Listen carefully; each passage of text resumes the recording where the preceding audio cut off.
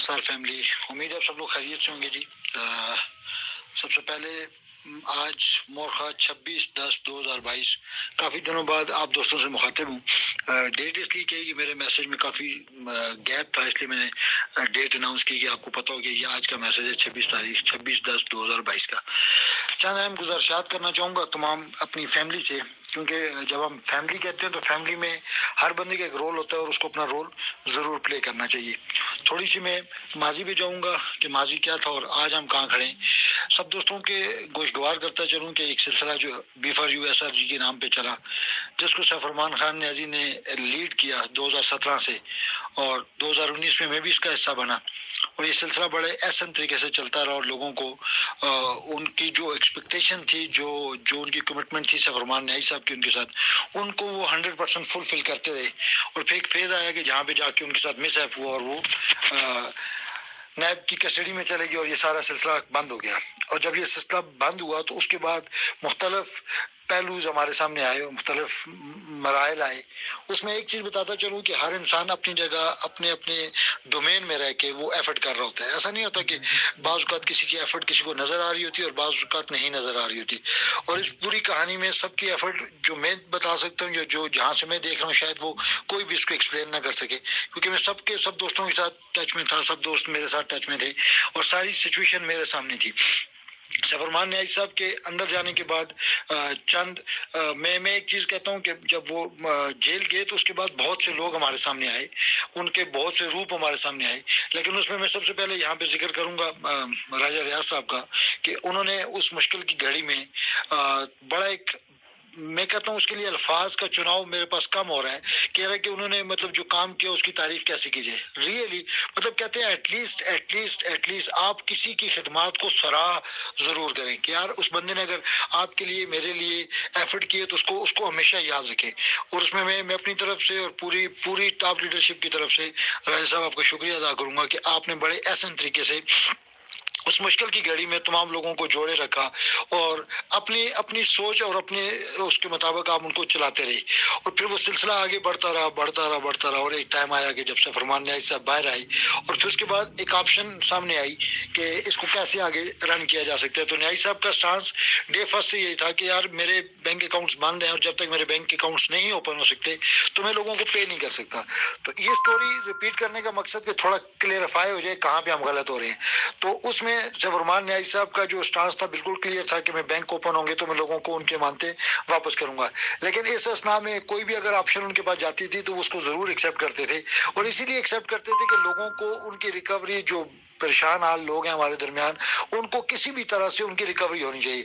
उसमें एक ऑप्शन राजा साहब की तवसत से आई सिक्योरिटी नेक्स्ट की शक्ल में, और उसको मैंने बाकी तमाम लीडर्स ने उसको एक्सेप्ट किया और उस पर काफी मेहनत हुई। मैं उस पर नहीं जाता, 2-3 महीने उसमें बड़ी मेहनत हुई।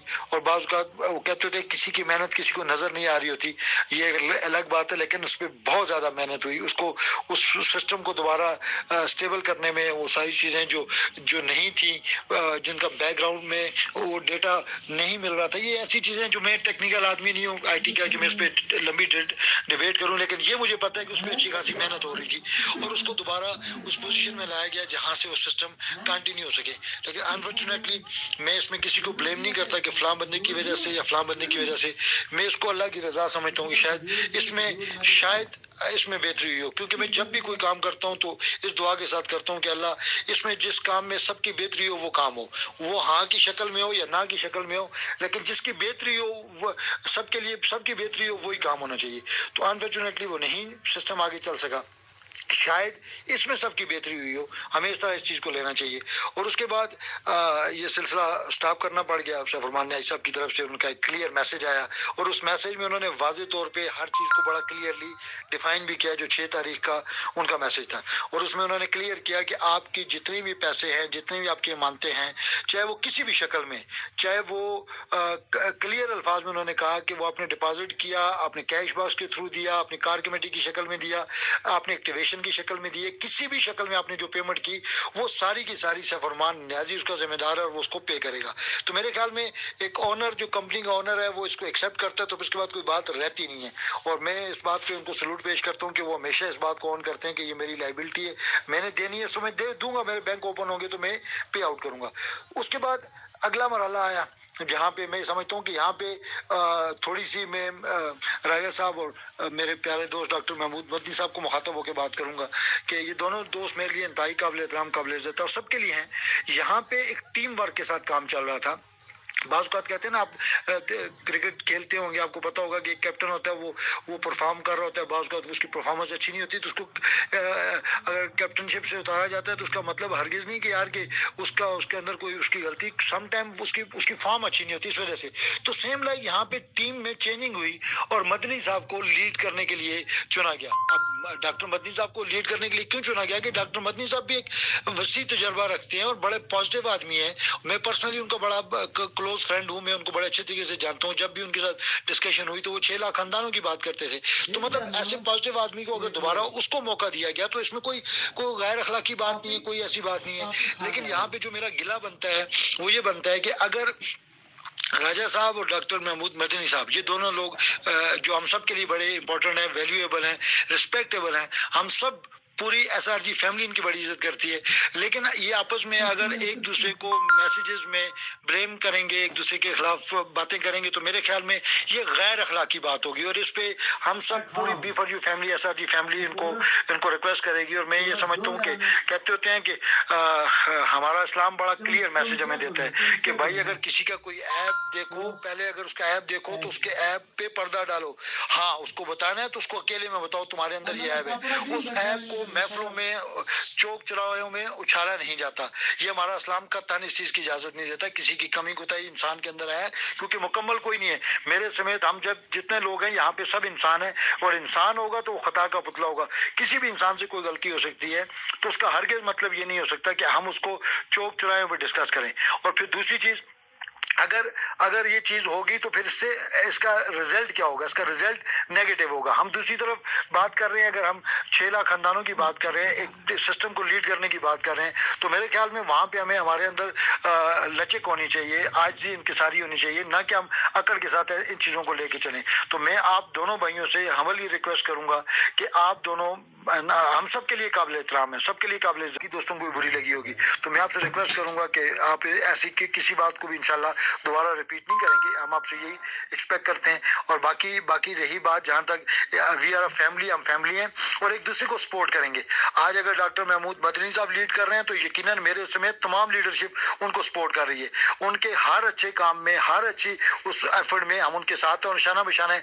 और जहां पे उनको जिस लीडर की जरूरत पड़ेगी उनके साथ शाना बशाना चलेगा। अब यहाँ पे सवाल ये पैदा होता है कि हर टाइम ग्रुप में आके सुबह शाम एक ही बात करना, इसका कोई मकसद नहीं है। अब जिस फेज में हम जा चुके हैं उस फेज में क्या है कि डॉक्टर साहब ने लास्ट मैसेज में अपने 24 तारीख को बता दिया कि नेक्स्ट हियरिंग जो हमारी है तारीख है वो 2 तारीख को। अब इस दौरान हम जितनी भी बातें करेंगे वो बेमानी होंगी। अब 2 तारीख को पता चलेगा कि क्या नेक्स्ट लाया अमल होगा। तो 2 तारीख को दोबारा, इस वक्त वो कंपनी के स्पोक पर्सन है और मतलब इस सारे सिस्टम को लीड कर रहे हैं, तो 2 तारीख को जो भी वर्जन होगा सीईओ साहब की तरफ से उनको मिलेगा वो बयान कर देंगे और हम सब ने उसको फॉलो करना है। लेकिन इसमें अगर हम डेली बेस पे सुबह शाम आपस में अगर बहस करते रहेंगे तो मेरे ख्याल में इसका कोई फायदा नहीं होगा, उल्टा हमें नुकसान ही होगा।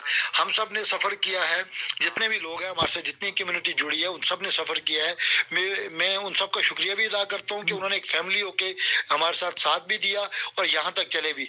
और इस बात का यकीन रखें कि इंशाल्लाह सफरमान न्याई साहब, जिनके मुतालिक मैं ये कहा करता हूँ कि उनको देने की ख्वाहिश ज्यादा है और यकीनन वो पे करेंगे। और आपकी और मेरी जो भी अमानतें उनके पास मौजूद हैं, यकीनन वो जब उनके बैंक अकाउंट्स खुलेंगे तो वो जरूर उसको पे आउट करेंगे। तो आप और मैं सिर्फ तहम्मुल के साथ, मतलब हमारे बस में नहीं है। देखिए, अगर कोर्ट से, सिस्टम से अगर हमें वहां से पैसे वहां जाने से मिलते हैं तो मैं किसी दोस्त को रोक नहीं सकता, ना मैं रोकता हूँ, ना मैं इस मौजूद पे कभी मैंने बहस की है।